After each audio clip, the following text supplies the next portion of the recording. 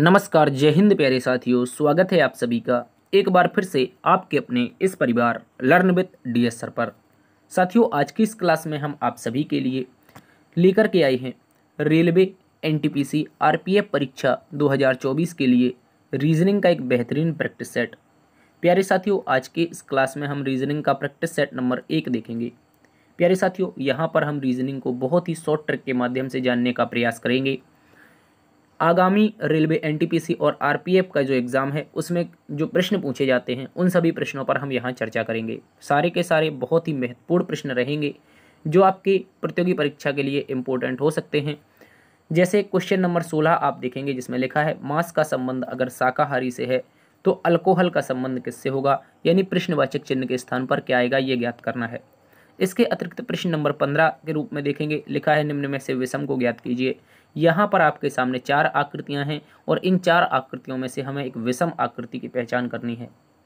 तो प्यारे दोस्त, इस प्रकार के बहुत ही इंपॉर्टेंट 16 प्रश्न आपके सामने रहेंगे, तो आप अंत तक इस क्लास को जरूर देखिएगा यदि आपका रेलवे एनटीपीसी और आरपीएफ में किसी का भी एग्ज़ाम लगा हुआ है। तो शुरू करते हैं आज की इस प्यारी सी क्लास को। उससे पहले आप लोगों से एक रिक्वेस्ट है कि पहली बार अगर चैनल पर आ रहे हैं तो लाइक, कमेंट और शेयर जरूर कीजिएगा, और चैनल पर आ रहे हैं और आगामी प्रतियोगी परीक्षा की तैयारी कर रहे हैं उससे संबंधित जो कंटेंट आपको प्रोवाइड किया जाएगा उसके लिए चैनल को सब्सक्राइब कर लीजिए, ताकि आने वाली जो भी क्लासेस हो उनका नोटिफिकेशन आपके पास पहुंचता रहे। ठीक है, बेल आइकन जरूर ऑन करिएगा। इसी के साथ शुरू करते हैं हम। आज का अपना पहला प्रश्न आपके सामने है क्वेश्चन नंबर 1। प्यारे साथियों, जल्दी से सभी प्यारे दोस्त देखेंगे इसको और इसका उत्तर बताने का प्रयास करेंगे। क्वेश्चन नंबर 1 में लिखा है यदि a बराबर 1 है, पैट बराबर 37 है तो पार्ट का कोड क्या होगा। प्यारे दोस्त, गौर से समझेंगे। देखो, यहाँ पर a 1 को रिप्रेजेंट करता है, यानी जो a का स्थानीय मान है वो 1 होता है। उसी प्रकार अगर हम पैट को देखते हैं, PAT को, किसको, पैट को, तो p का स्थानीय मान 16 होता है। अगर हम देखते हैं यहाँ पर किसके बारे में, a के बारे में, तो इसका स्थानीय मान 1 होता है और t का स्थानीय मान कितना होता है, 20 होता है। अगर तीनों को जोड़ेंगे, 16 1 17 20 37, यानी जो पैट लिखा है इसकी जो कोडिंग दी गई है उनके स्थानीय मान को जोड़ करके की गई है। अब साथियों, इसी प्रकार से हम पार्ट के बारे में यहाँ पे जान लेंगे। PART, ये रहा पार्ट। अगर हम इन सभी के स्थानीय मान देखते हैं तो P प्यारे दोस्त अभी हमने देखा 16 पर होता है, A होता है 1 पर। अगर R की बात करते हैं तो ये 18 पर होता है और T अभी देखे थे 20 पर होता है।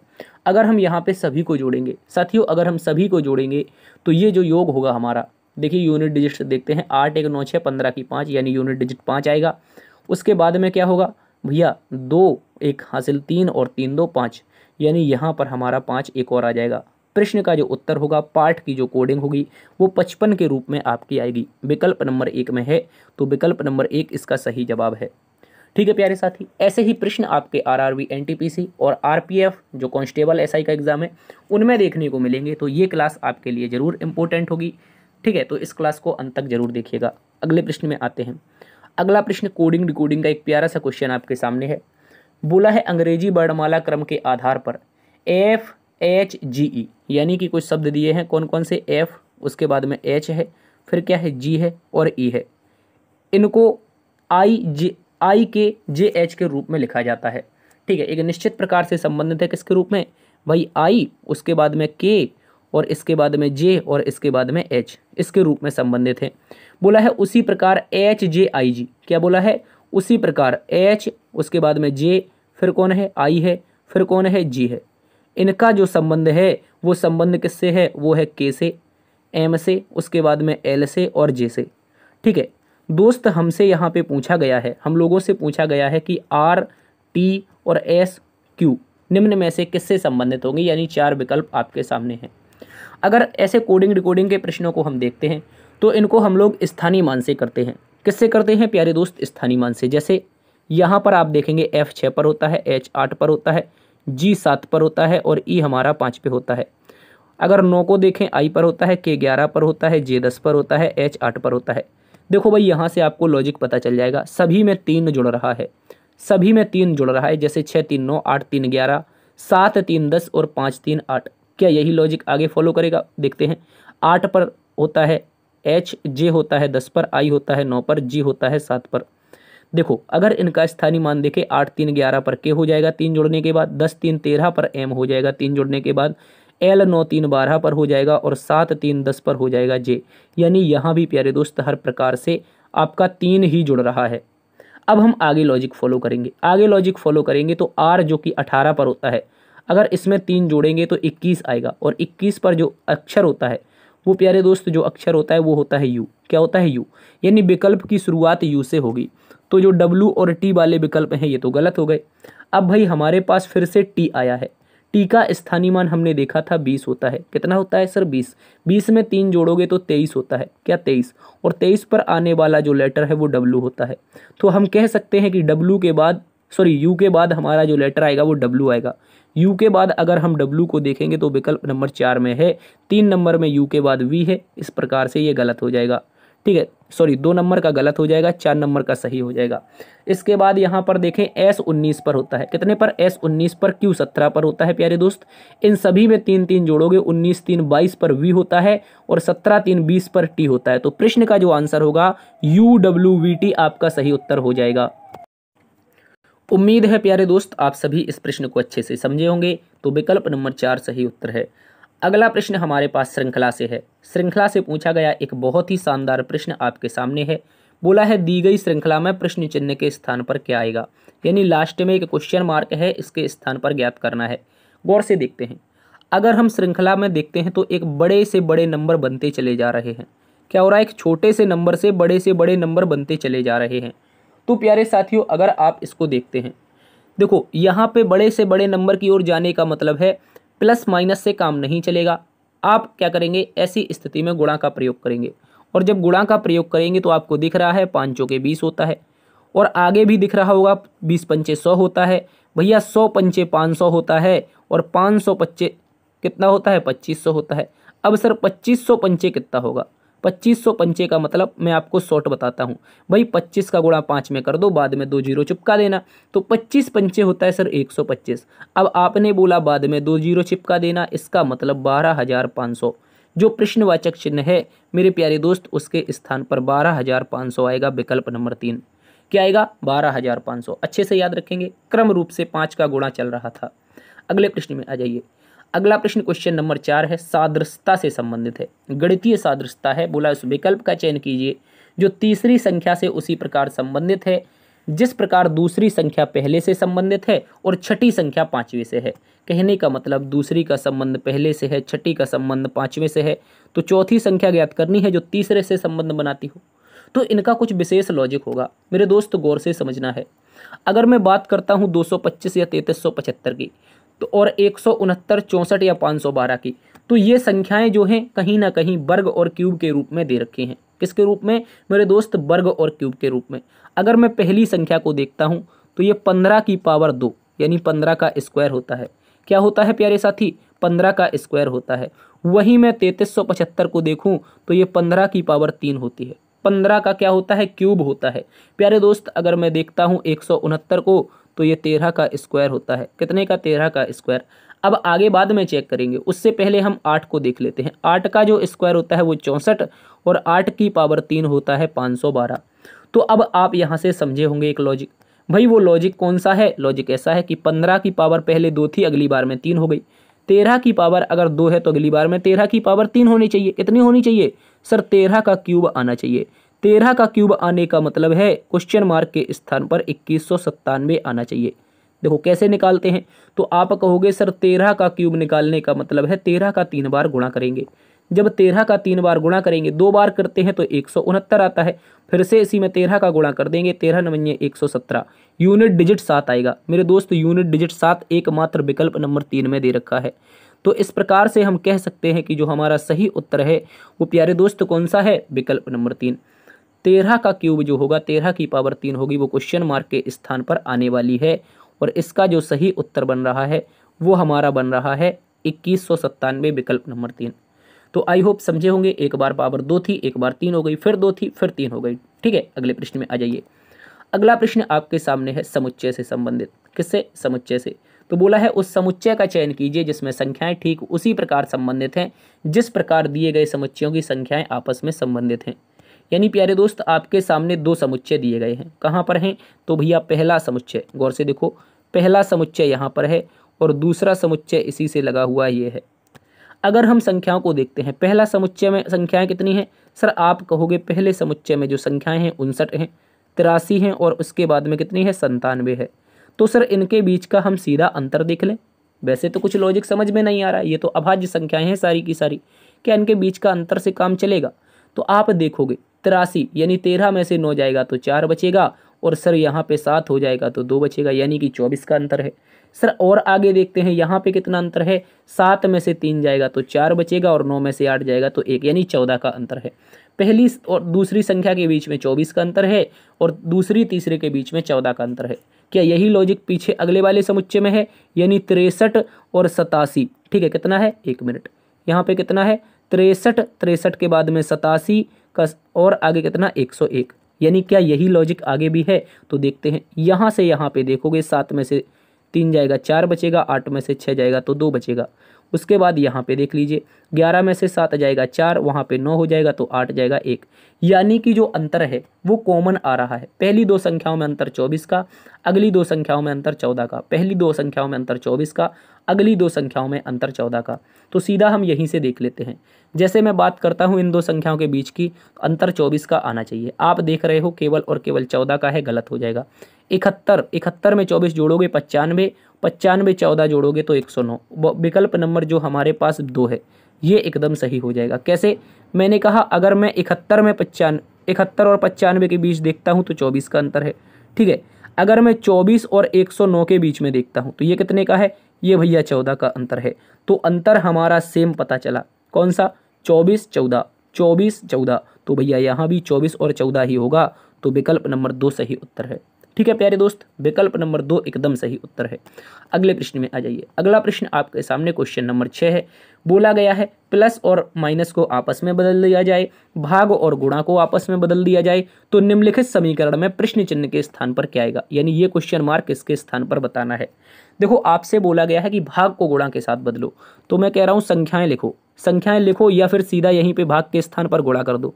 भाग के स्थान पर गुणा कर दो, गुणा प्लस के स्थान पर माइनस कर दो, माइनस के स्थान पर प्लस कर दो, और जहाँ पे गुणा है वहाँ पे भाग कर दो। ठीक है, जहाँ पे गुणा है वहाँ पे भाग कर दो। अब इसमें हम लगाएंगे हम लोग बोर्ड मास। क्या लगाएंगे?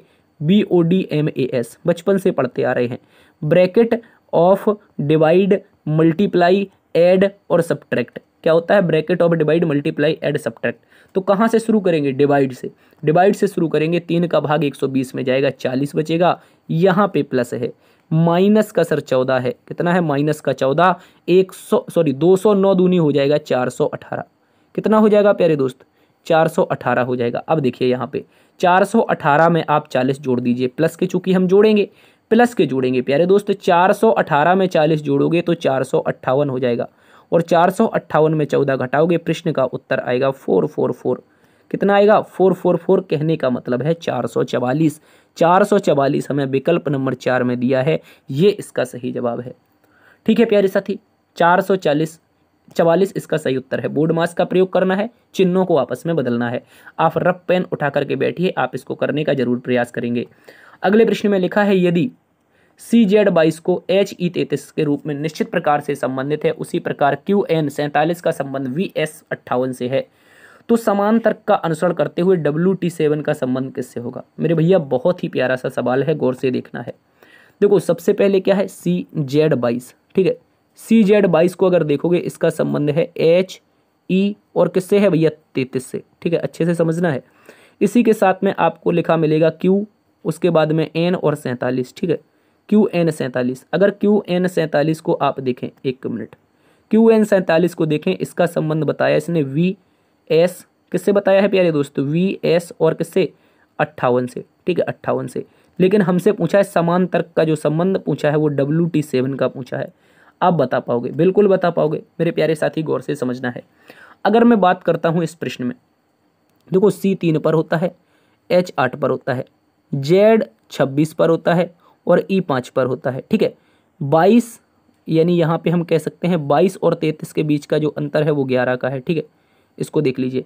अगर आप यहाँ पे देखेंगे तो पाएंगे C में यानी 3 में अगर हम 5 जोड़ते हैं तो कितना हो जाएगा मेरे भाई? 8 हो जाएगा। उसी प्रकार 26 में अगर 5 जोड़ते हैं तो ये 5 हो जाएगा। आप कहोगे कैसे? मेरे दोस्त वर्णमाला जो होती है अंग्रेजी की वो 26 अक्षर तक होती है। 26 अक्षर के बाद 1 2 3 4 5 जोड़ोगे तो 5वें स्थान पर ई ही आएगा। यानी कहने का मतलब है पहले दो लेटर के बीच में सीधा सीधा 5 जुड़ रहा है। जैसे Q 17 पर 5 जोड़ोगे B 22 पर हो जाएगा, 17 5 22। ठीक है, अब देखो N 14 पर और S 19 पर, तो यहाँ पे 14 5 19 हो जाएगा। और यहाँ देखोगे इन दोनों के बीच में यहाँ भी हमारा 11 ही जुड़ रहा है। ठीक है, तो कहने का मतलब है 7 में तो हम संख्या में तो सीधा 11 जोड़ेंगे, संख्या में सीधा अगर 11 जोड़ेंगे तो 18 आएगा। कितना आएगा? 18। प्यारे दोस्त, जहाँ लास्ट में 18 है वो सही उत्तर है, बाद बाकी गलत है।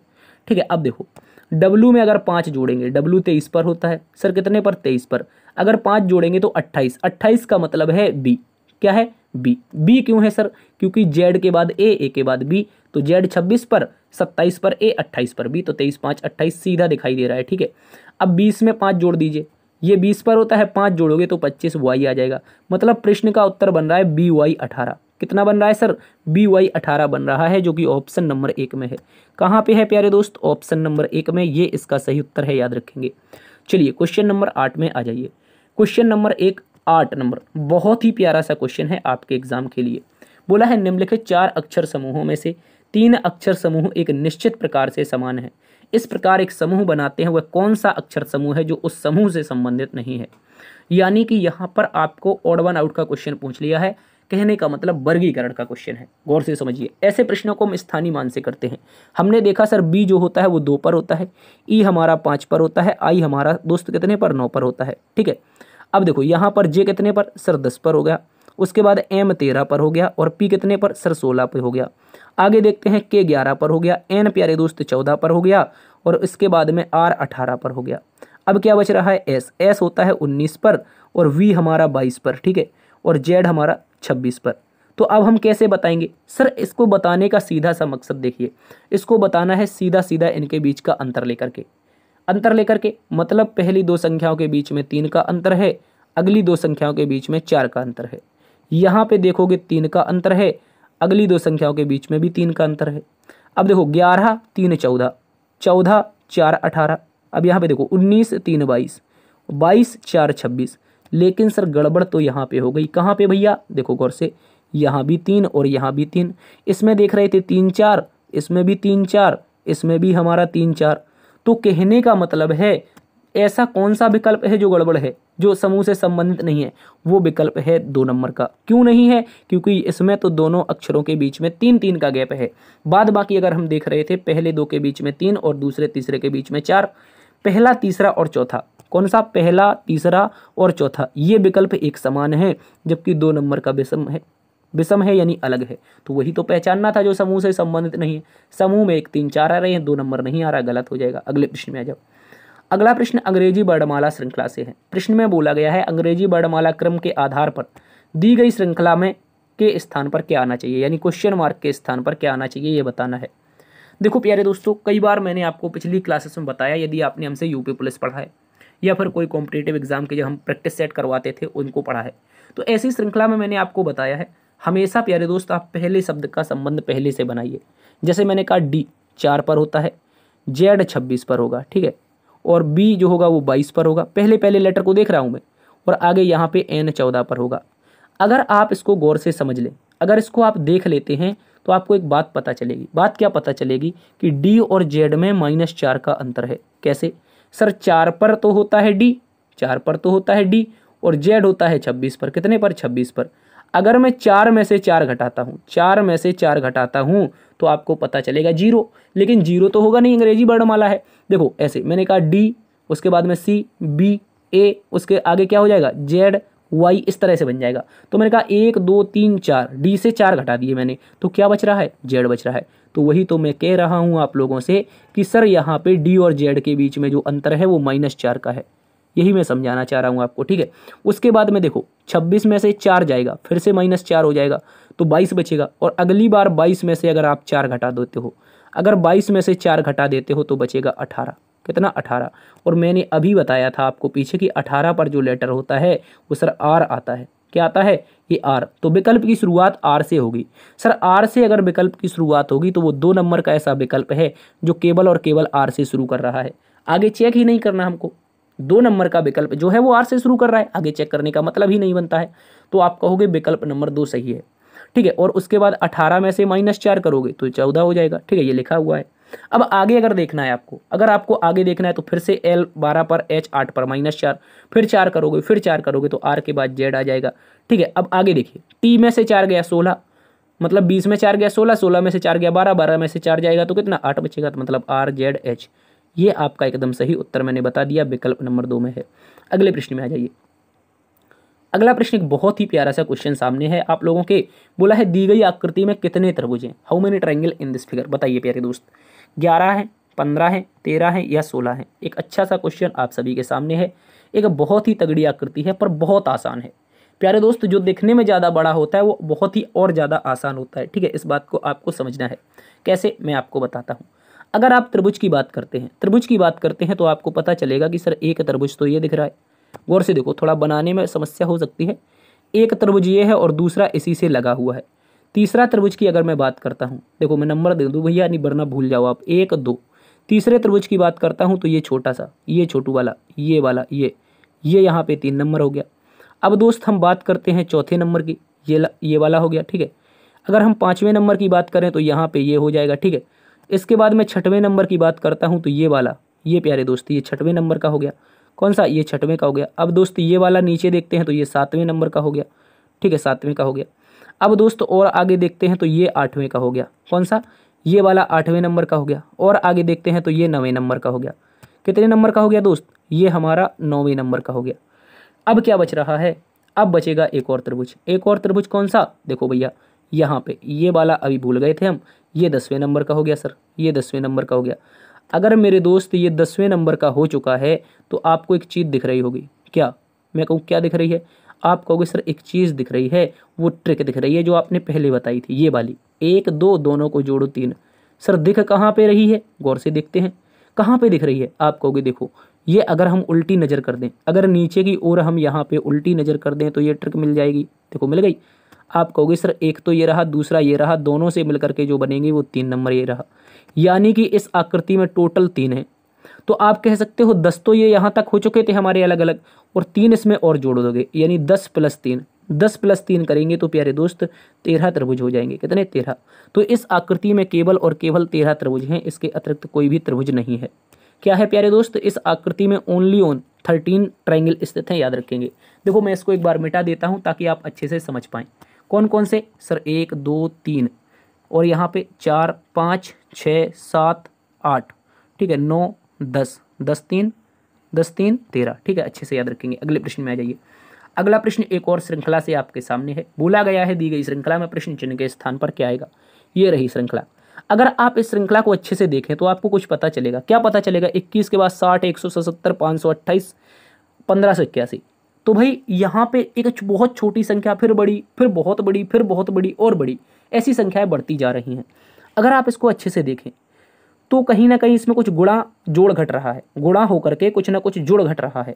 अगर मैं बात करता हूँ यहाँ पर संख्याओं के बीच में, गौर से समझना है।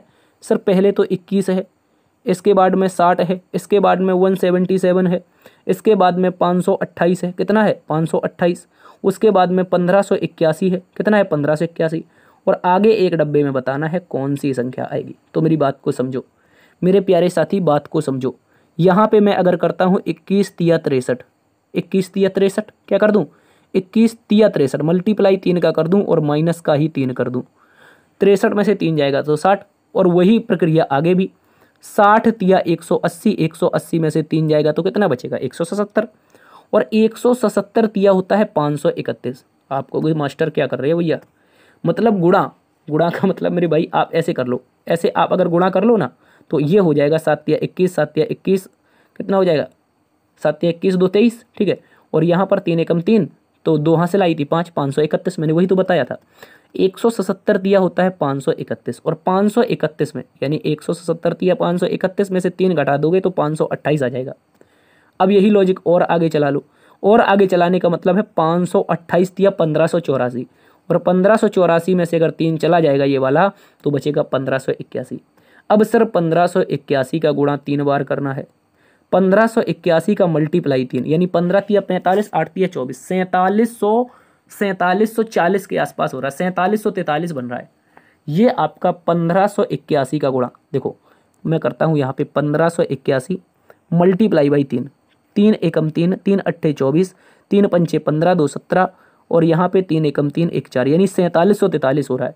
और अगर इसमें से हम 3 घटा देंगे, इस 4743 में से 3 घटा देंगे तो ये बचेगा 4740। कितना बचेगा? 4740। तो ये जो अंत में क्वेश्चन मार्क है इसके स्थान पर आपका 4740 आने वाला है। 4740 आपको विकल्प नंबर 3 में मिलेगा। ये एकदम सही उत्तर है। प्यारे दोस्तों, लॉजिक क्या था? लॉजिक को समझिए अच्छे से।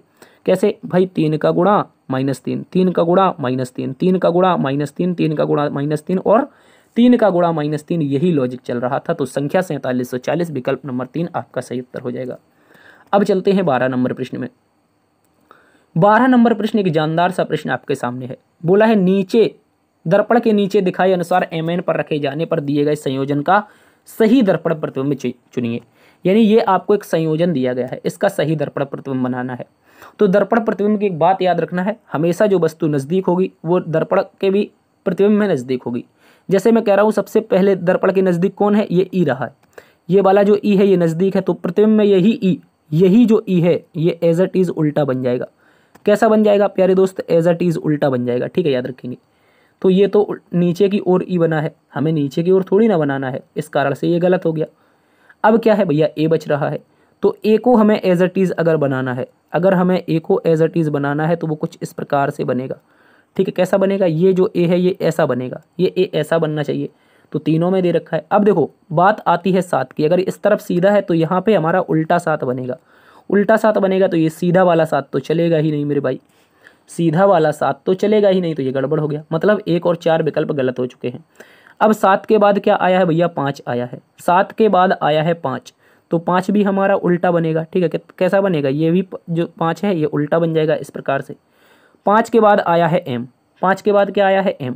तो 5 के बाद जो M आया है वो कुछ इस प्रकार से बनेगा। ठीक है, ये 5 के बाद जो M आया है वो इस प्रकार से बनना चाहिए। देखो 5 के बाद यहाँ पे D दे दिया, इस कारण से 3 नंबर गलत है और आपका जो सही उत्तर है वो विकल्प नंबर 2 है। क्या है प्यारे दोस्त? 3 नंबर तो गलत हो गया। क्यों? क्योंकि 5 के बाद यहाँ पे D दे दिया और हमें पता था 5 के बाद M होना चाहिए, तो 5 के बाद D वाला गलत हो गया। 2 नंबर बचा हुआ विकल्प आपका एकदम सही है। चलिए इसी के साथ अगले प्रश्न में आ जाते हैं। अगला प्रश्न आपके सामने है चाइनीज कोडिंग का। चाइनीज कोडिंग का क्वेश्चन है, निश्चित कोड भाषा में मेक समवन हैप्पी को अबटे डीपी लिखा जाता है और समवन रोब्ड हिम को टेको वी लिखा जाता है।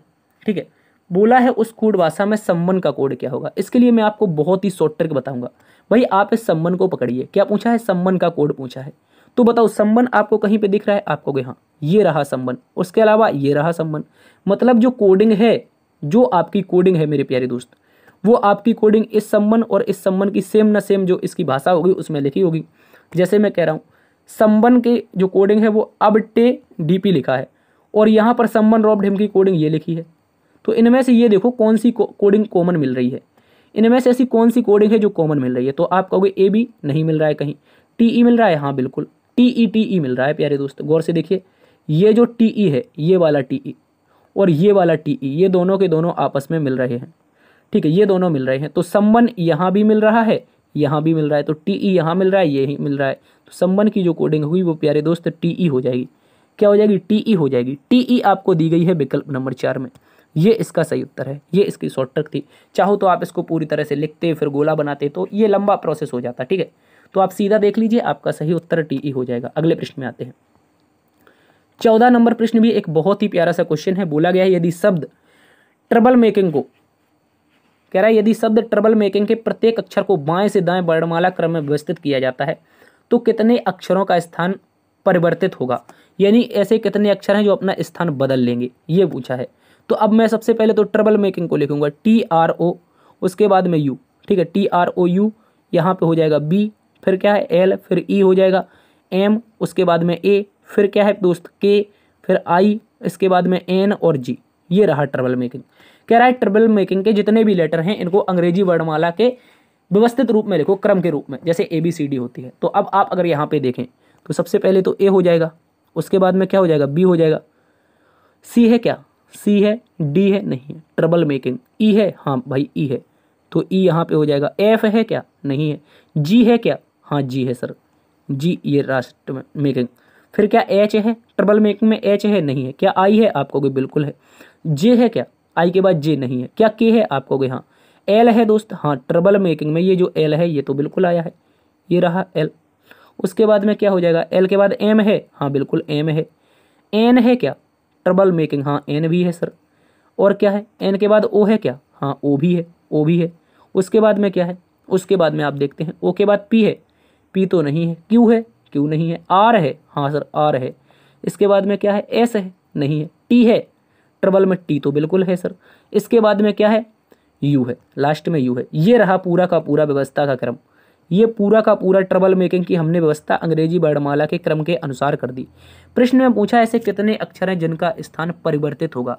देखो बदलने वाला स्थान पूछा, कौन कौन से अक्षरों का स्थान बदल गया, कितने ऐसे लेटर थे जिनका स्थान बदल गया, ये पूछा है उसने ये नहीं पूछा कौन से स्थान अपरिवर्तित रहेंगे, उसने पूछा कौन सा अक्षर का स्थान बदल जाएगा। तो भैया देखो टी का तो बदल गया, आर का भी बदल गया, ओ का बदला, यू का बदला, बी का बदला, एल का बदला, के का सॉरी ई का बदला, लेकिन सर एम का नहीं बदला। जो नहीं बदला वो कौन था, वो था बिल्कुल सही एम। उसके बाद ए भी बदला, के बदला, आई बदला, एन बदला, जी बदला। तो बदलने वाले लेटर कितने रहे, बदलने वालों में अगर मैं देखता हूं तो 1 2 3 4 5 6 7 8 9 10 11 12 ऐसे लेटर थे जिनका स्थान परिवर्तित हो गया। ठीक है, टोटल 13 लेटर थे, एक का स्थान अपरिवर्तित रहा है। क्या रहा है प्यारे दोस्त, अपरिवर्तित, एक का स्थान अपरिवर्तित रहा है, जबकि 12 का स्थान परिवर्तित हो गया। उसने पूछा परिवर्तित हुए स्थान के लेटर कितने हैं, वो प्यारे दोस्त 12 हैं, विकल्प नंबर 2 में दिए हैं, ये इसका सही उत्तर है। ठीक है, अच्छे से याद रखेंगे। अगले प्रश्न में आ जाइए। अगला प्रश्न 15 नंबर है। बोला गया दिए गई 4 आकृतियों में से 3 किसी न किसी रूप से समान है, संगत हैं, असंगत की पहचान करनी है। प्यारे दोस्त पहली आकृति आपके सामने त्रिभुज है और ये बीचों बीच से काट दी गई है। ठीक है, फिर दूसरी आकृति भी त्रिभुज है और ये अब की बार इस तरीके से काटी गई है। अगली आकृति आपके पास में दोस्त सर्कल है और ये आकृति भी बीचों बीच से काटी गई है। और उसके बाद में अगली आकृति एक वर्ग है और ये भी प्यारे दोस्त आपकी बीचों बीच से काटी गई है। तो अब आपसे पूछा है कौन सी विषम है, असंगत है। भाई अगर मैं बात करता हूं, ये आकृति एक त्रिभुज थी, त्रिभुज को जब काटा गया तो दो इसके बराबर भाग निकले। कितने निकले, इसके 2 बराबर भाग निकले, 1 और 2। अब अगला त्रिभुज जो था उसको काटा गया, लेकिन इसके 2 भाग बराबर नहीं थे, ऊपर वाला छोटा था, नीचे वाला बड़ा था। ठीक है, इसके तो दोनों भाग बराबर थे, लेकिन यहाँ पे ऊपर वाला छोटा था, नीचे वाला बड़ा था। तो ये आकृति क्या है, विषम है। आप कहोगे कैसे, क्योंकि भैया त्रिभुज का ये वाला पार्ट, ये वाला पार्ट दोनों बराबर है, वृत्त के वर्ग के भी ये दोनों पार्ट बराबर हैं। भाई बराबर जो नहीं है वही तो पूछा है। उसने पूछा असंगत का मतलब, असंगत का मेरे भैया मतलब जो है वो विकल्प नंबर बी है। यानी विकल्प नंबर बी में दिया गया त्रिभुज बराबर रूप से नहीं काट रहा है, यही असंगत है। ठीक है, तो बी नंबर सही उत्तर है। अगला प्रश्न आपके सामने है। बोला है प्यारे दोस्त मांस उसी प्रकार शाकाहारी से संबंधित है जिस प्रकार अल्कोहल क्वेश्चन मार्क से संबंधित है। तो गौर से समझना है आप लोगों को। यहाँ पे देखो, जो मांस खाने वाले लोग होते हैं वो क्या कहलाते हैं, मांसाहारी। लेकिन मांस क्या शाकाहारी खाते हैं, आप कहोगे नहीं खाते हैं।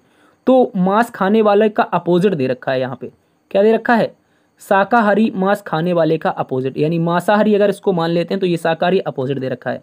अब दोस्त अल्कोहल का मतलब क्या होता है, बहुत सारे प्यारे दोस्त नहीं जानते होंगे अल्कोहल क्या होता है। भाई आप में से हो सकता है बहुत सारे जानते हो। अल्कोहल का मतलब है वही 50 वाला पौआ। क्या, अरे यार दारू की बात हो रही है। तो अल्कोहल पीने वाले होते हैं शराबी, और जो शराब नहीं पीते हैं वो क्या कहलाते हैं, वो कहलाते हैं मद्य त्यागी। मद्य त्यागी का मतलब क्या है सर, एक संस्कृत का शब्द होता है मदिरा। मदिरा या हिंदी का कह सकते हैं हम, शराब को छोड़ करके अगर हिंदी में जाएं तो मदिरा कह सकते हैं। तो मदिरा को जो नहीं पीता है वो मद्य त्यागी कहलाता है। जैसे मांस खाने वाला यहाँ पे हो जाएगा मांसाहारी, मांसाहारी का अपोजिट शाकाहारी। अल्कोहल पीने वाला कह सकते हैं हम शराबी, क्या कह सकते हैं, शराबी। ठीक है, ये हो गया हमारा शराबी। और शराबी का जो अपोजिट बनेगा वो गैर शराबी, जिसे हम मद्य त्यागी कहते हैं। क्या कहते हैं, मद्य त्यागी। अच्छे से याद रखेंगे। तो इसका जो सही संबंध बनेगा वो ऑप्शन नंबर 1 से बनेगा। मांस का मांसाहारी शाकाहारी से उसी प्रकार संबंध है जिस प्रकार अल्कोहल का संबंध मद्य त्यागी से है। ठीक है प्यारे दोस्त, ये इसका सही उत्तर बनेगा। तो आई होप प्यारे दोस्त आपको ये क्लास पसंद आई होगी। भाई अगर क्लास आपको पसंद आई है तो चैनल को एक बार से जरूर सब्सक्राइब कर लीजिएगा। सब्सक्राइब करने का पैसा नहीं लगता है, आप चैनल को सब्सक्राइब कर लीजिए। सब्सक्राइब करके बेल आइकन प्रेस कर लीजिए ताकि आने वाली जो भी क्लासेस हो उनका नोटिफिकेशन मिलता रहे।